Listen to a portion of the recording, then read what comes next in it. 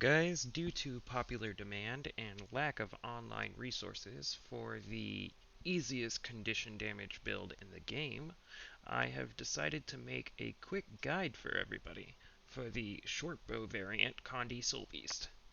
This build can be used effectively in all sorts of bosses. I've used it at ranged Deimos, Veil Guardian, Cairn, just about everywhere. It does pretty high DPS and has the simplest rotation I've ever encountered.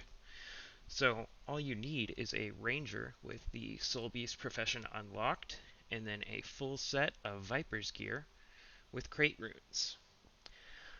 You use a shortbow, you only need one, you don't need a second weapon set. I bring one to have an axe offhand so that I can use the CC skill if needed. Um, Generally, we're going to use a Sigil of Bursting and Sigil of Earth on the shortbow, with crate runes on the armor. Everything will be Viper's stats. Nothing else is required. On the traits, I have seen another guide for this build that uses something more similar to the meta melee trait system, and it does a couple K less DPS, so I find it inferior for most raids. For this, we are going to start with skirmishing. It's going to do sharpened edges for the extra bleeding damage. Gives you fury when you swap weapons, which you won't really be doing in this, but can't really help that. The hidden barbs for extra bleeding, unless they demand that you take spotter. In most condi groups, it's not exactly necessary. Just try to get on the subgroup of the druid, because this 33% bleed damage is pretty big for you.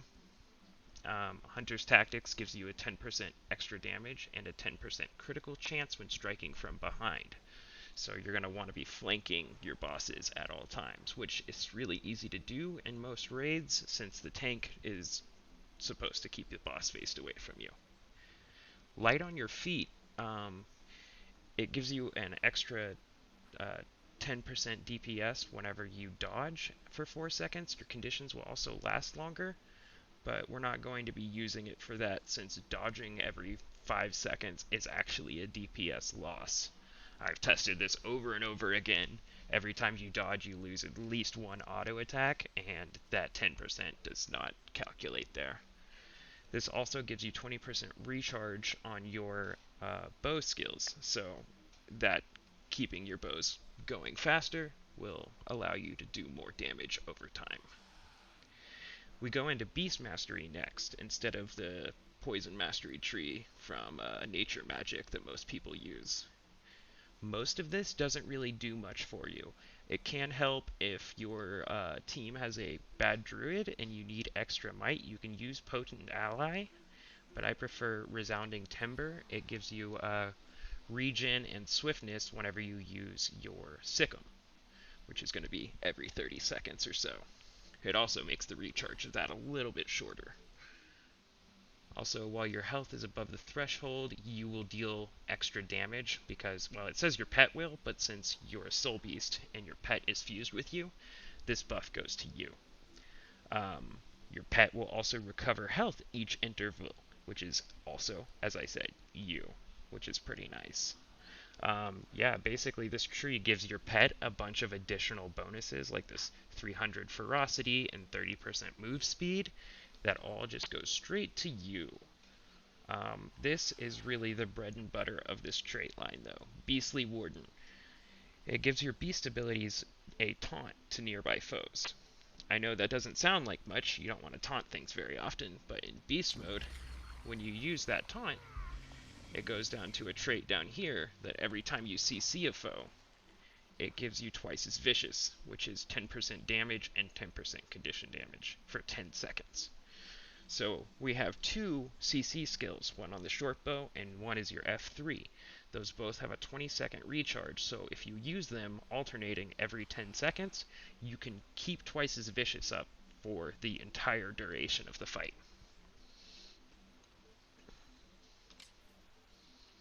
Down here in the Soul Beast tree, we're going to use Live Fast, which gives you Fury and Quickness whenever you use your beast abilities. This guy right here, Primal Cry. It is also going to make you deal 7% more damage while you have Fury, which is all the time in a good raid group.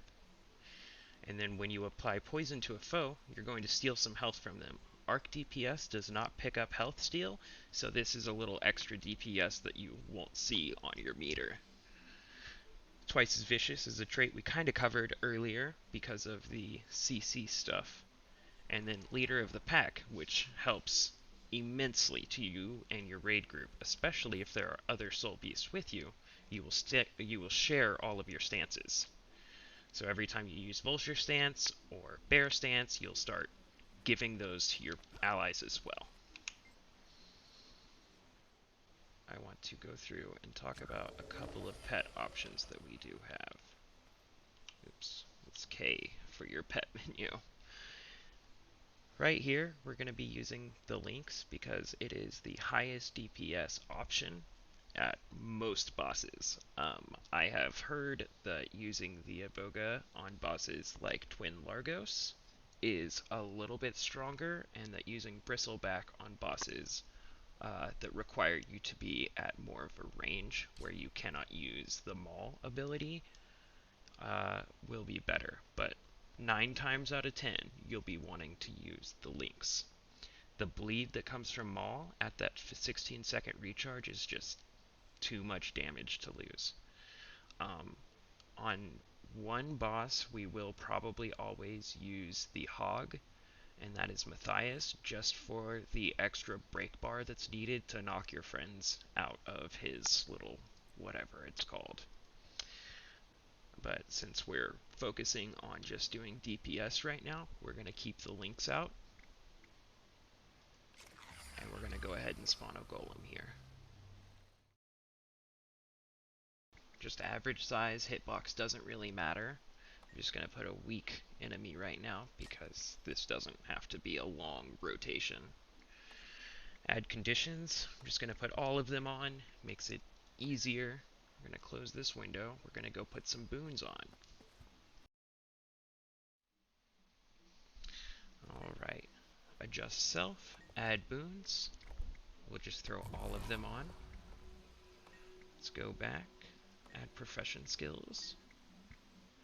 We'll start with warrior to get the banners, which are used pretty much everywhere. And then we'll also put spirits on. Frost isn't really going to do anything, but oh well. Now we're going to come over here to this golem. Remember, because of your traits, you always want to be striking from behind the boss for that 10% extra damage and duration. So flanking is kind of like from here all the way across to the other side. Guild Wars 2 can be really forgiving on bosses that have really large hitboxes. Sometimes you can even be considered flanking, like directly on the side of them. But for the most part, you should just try to be right behind the boss. So whenever we start this, we're going to want to go through all 4, your utilities and your elite skill. And hit all 4 of those your first time. 30 seconds later, you're just going to hit the 3 utility skills. Super simple. When you start the fight, you want to immediately open with your 5 skill or your F3 skill. Usually 5 because it's quicker. And then you're going to go into Maul and hit your 4, 2, and 1. Then you're going to just continue alternating between 5 and 3, and these 3, and your elite. And that's pretty much all you gotta do. So here, I'll show you.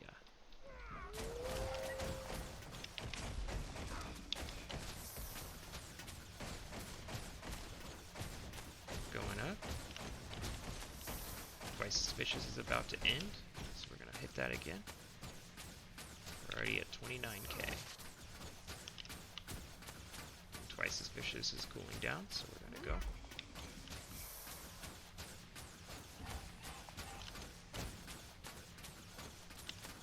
Use twice as Vicious. And that's really all you gotta do. You just gotta keep alternating between your primal cry and your concussion shot, and then spam your 4, 2, 1, F2, and these 4 abilities off cooldown. Such a simple build, and it'll get you into groups, you know. If you need a condi and you don't want to spend time learning a hard rotation, this is the one to start with. All right, that's about it for today. I'll see you guys later.